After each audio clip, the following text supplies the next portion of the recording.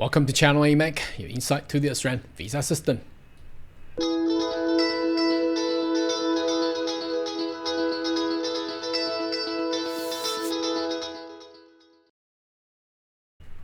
Good day everyone, my name is Carl Young, your online YouTube visa consultant. Are you interested in migrating to Australia? Why don't you consider to subscribe to my channel and turn on the bell on the sides, so once all the updates and news, you'll be the first one getting all the insight.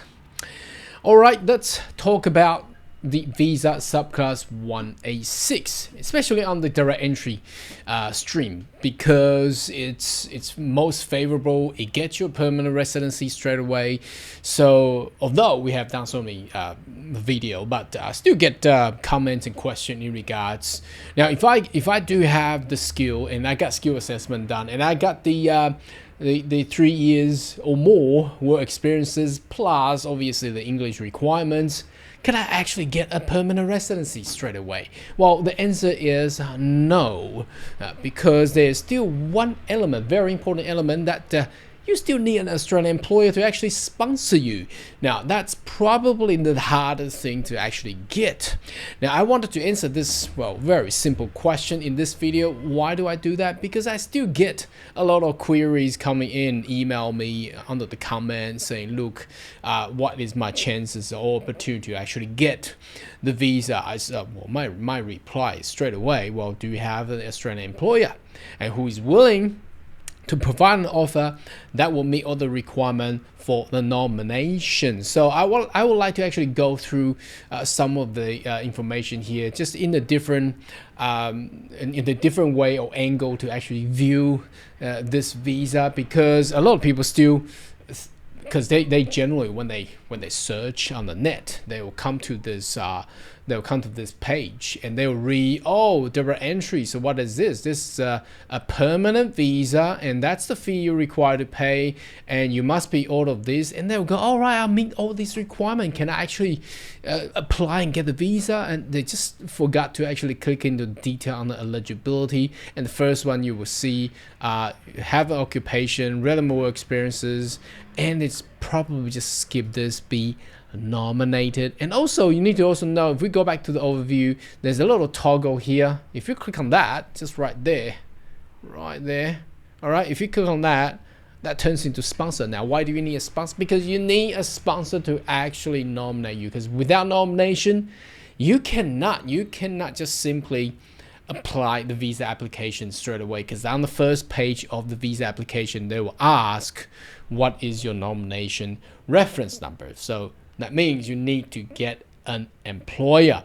So let's just go back to the square root. A lot of people get really excited. The reason is the change in the update of this core skill occupation list. Now why do they get excited? Because they basically included the previous medium long-term skill occupation list with a short-term, and plus a lot more other there, about 460, I recall 465, right? Here we go, 456, I'm sorry, 465 down here, 456 occupation, and some of these occupation is really attractive. You look at this. Retail buyer, can a retail buyer actually get a 1A6? Yes, it can, but the key problem here is that you need to find an employer who is in the retail, and they need a buyer. Now a lot of these occupations seem very simple occupation, and the key here, I need to give you as a concept, get the concept right, is that if your profession is very skill and experience reliant, then it might be easier for you to actually get an Australian employer to actually provide an offer to get your talent over to Australia to actually work for them, okay, for him or her, for them, okay.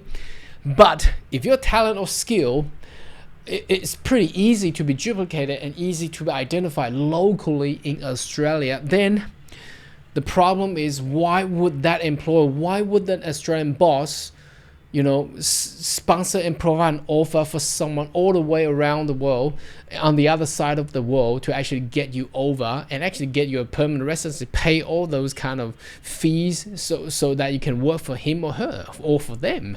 So that doesn't make any sense, right?